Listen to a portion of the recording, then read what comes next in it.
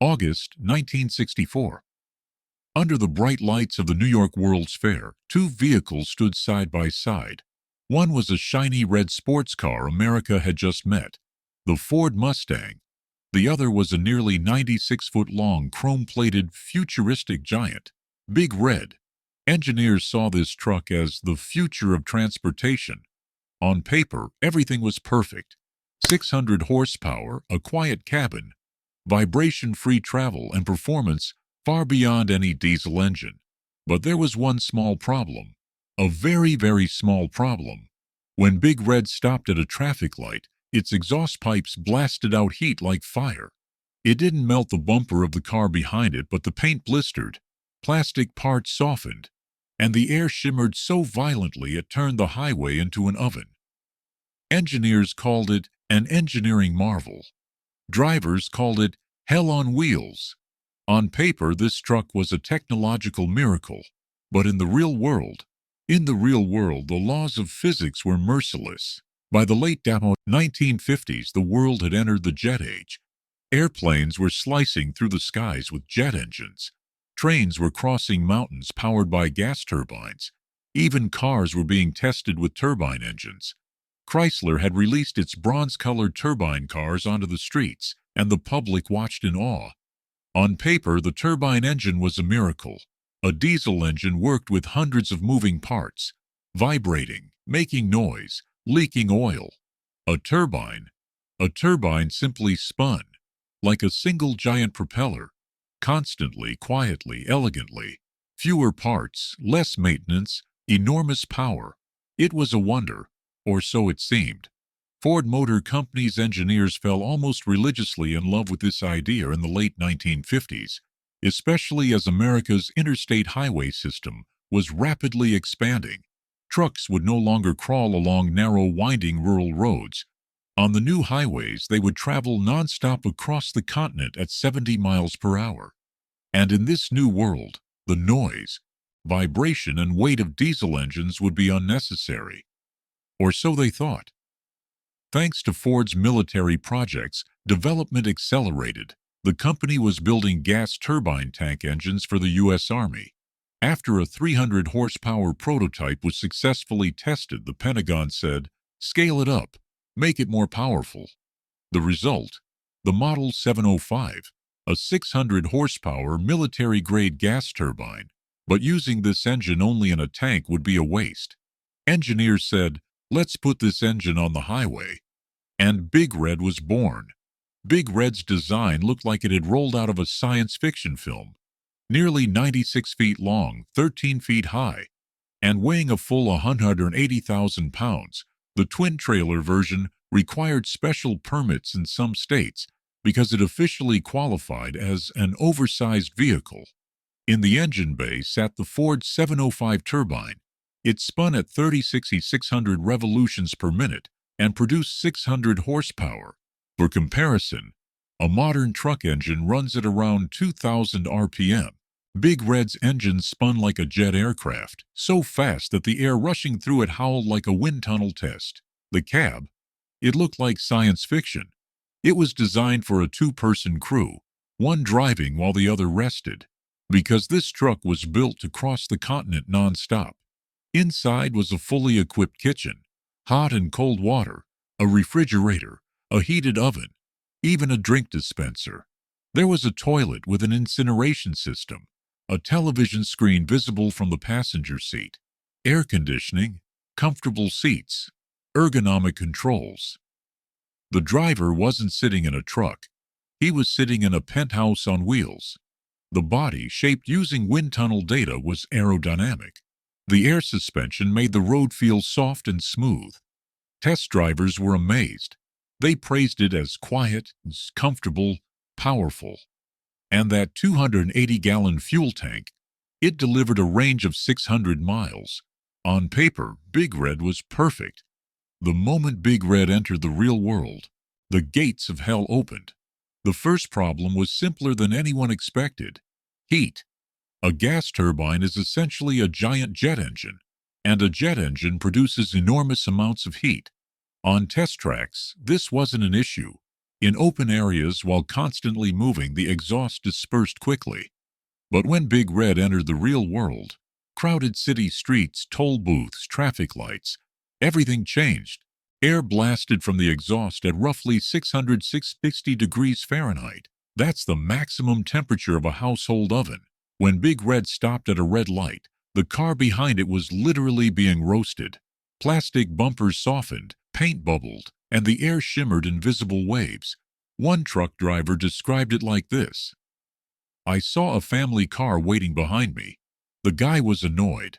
After about 30 seconds, he honked. Then suddenly he slammed on his brakes and reversed. I looked in the mirror.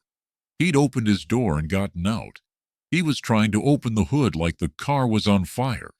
The air was so hot he must have thought his engine had failed." In San Francisco, a turbine-powered fire truck was tested. The problem: while parked in front of buildings, its exhaust heat was igniting awnings and laundry. The project ended when the fire truck itself became a fire starter. Big Red's engineers tried to find solutions. They redirected the exhaust upward. Then the truck no longer fit in tunnels. They installed special deflectors to disperse the heat. Then the exhaust roasted cars passing alongside it. Every solution created a new problem, and heat wasn't the only issue. The second problem was noise. On the test track, Big Red was relatively quiet. But test tracks are wide open spaces. What happened when this giant entered city streets, enclosed tunnels, residential areas? Even at idle, the turbine howled like a powerful wind. At full power, it sounded like a Boeing 707 taking off. Los Angeles had already banned Union Pacific's turbine trains because of noise. Big Red would have shared the same fate. No one wanted a jet engine running at 3 a.m. in their neighborhood. The third problem, the most deadly one, was the lack of engine braking. A modern truck driver accelerates going uphill but barely touches the brake pedal going downhill. The engine's own compression slows the vehicle. This is called engine braking. Diesel engines are excellent at it. With exhaust brakes, Jake brakes, trucks can descend at 70 mph without touching the brakes. Big Red had none of that. The turbine spun freely, offering almost no resistance. The driver had power going uphill, but going down, he was completely dependent on the wheel brakes. Seattle's turbine fire truck was retired for this reason. Seattle is full of hills, and a 30-ton fire truck was destroying its brakes after every descent. The truck was constantly in maintenance. A $50,000 investment had become little more than scrap metal. But heat, noise, and braking weren't what truly killed Big Red. What really killed it was fuel. A modern diesel truck consumes about 0.5 gallons per hour at idle. A driver can spend the night in a motel parking lot with the engine running, using air conditioning, TV, and coffee maker. Over 8 hours, that's about 4 gallons. A turbine engine, even at idle, consumes enormous amounts of fuel, because turbines have one optimal operating range: full power. At maximum output, a turbine is extremely efficient. At idle, it drinks fuel like a black hole. Big Red's fuel economy? About 2.1 miles per gallon at highway speed. A modern diesel truck achieves 6 to 7 mpg, roughly 3 times more efficient. But worse was idle consumption. Truck drivers spend hours waiting at borders, at loading docks, at traffic lights, at rest areas, in motel parking lots. During all that time, the engine runs, and Big Red consumed gallons upon gallons. Filling its 280-gallon tank was an operation, and that tank gave it only 600 miles of range. A modern diesel truck would go 1,800 miles on the same fuel. In 1964, fuel was cheap. The oil industry was booming. Nobody cared about the gallon. But the 1970s were approaching, and when the 1973 oil crisis arrived, the world would change. When Ford's finance department ran the numbers, reality hit. Big Red was a triumph on paper, but a disaster on the balance sheet. After the 1964 World's Fair, Big Red went on a nationwide promotional tour. Boston, Philadelphia, Washington, D.C., Dallas, Chicago, Denver, Oklahoma City, Los Angeles. Crowds gathered everywhere. Children stared open-mouthed. Journalists wrote articles. Then the tour ended, and Big Red slowly began to fade from memory. Ford continued turbine truck projects into the 1970s. They even opened a factory in Toledo to produce a new generation of the 705 engine. But the problems couldn't be solved. Heat, fuel, emissions, cost. Everything piled up. In 1973, the factory closed. The turbine truck dream was over. Big Red became a ghost. Through a strange series of events, the truck ended up in the hands of Ford's racing partner, Holman Moody. How? No one knows exactly. According to one story, Big Red was displayed at a car show in Atlanta. After the show, a driver flew in from Detroit, climbed into the truck, and started the engine. One problem: the oil had been drained. The engine ran without oil, and it melted. Ford attempted to tow Big Red back to Detroit, but the tow truck broke down near Charlotte, North Carolina, close to Holman Moody's facility. They asked, "Can we keep the truck here for a while?" Ford agreed. The truck sat in that hangar for years. In 1978, Holman Moody ended its relationship with Ford and sold everything. Big Red was sold too. And then, it vanished. For 40 years, no one saw Big Red. Even Ford didn't know where it was. The 81-ton giant of its era had become a ghost. Until 2020, a journalist from the Drive magazine decided to look for Big Red. He searched YouTube comments, spoke with retired truck drivers, followed leads, and finally, he found it. Big Red was in the hands of a private collector, fully restored, repainted, polished, and most surprisingly, it ran. The original turbine engine was gone. Ford had taken it back, replaced by a Cummins V8 diesel.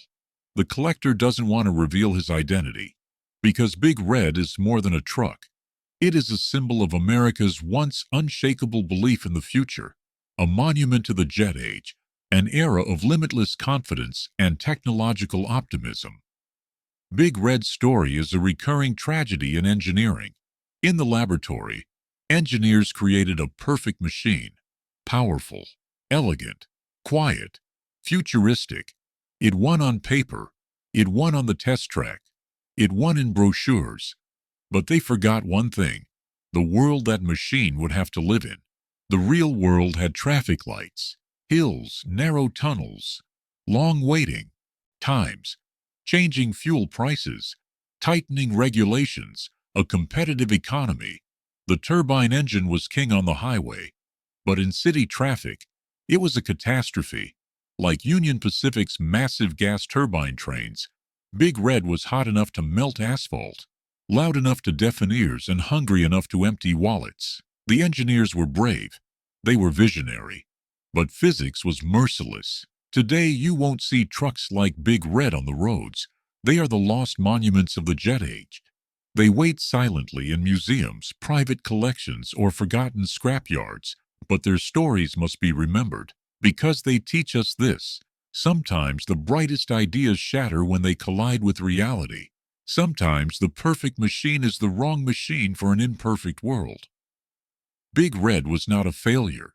It was a magnificent failure, a legend living in the memories of drivers, remembered as the engineer's bold dream, the truck that melted asphalt, the last breath of America's jet age, the prince of the future, the ghost of the past.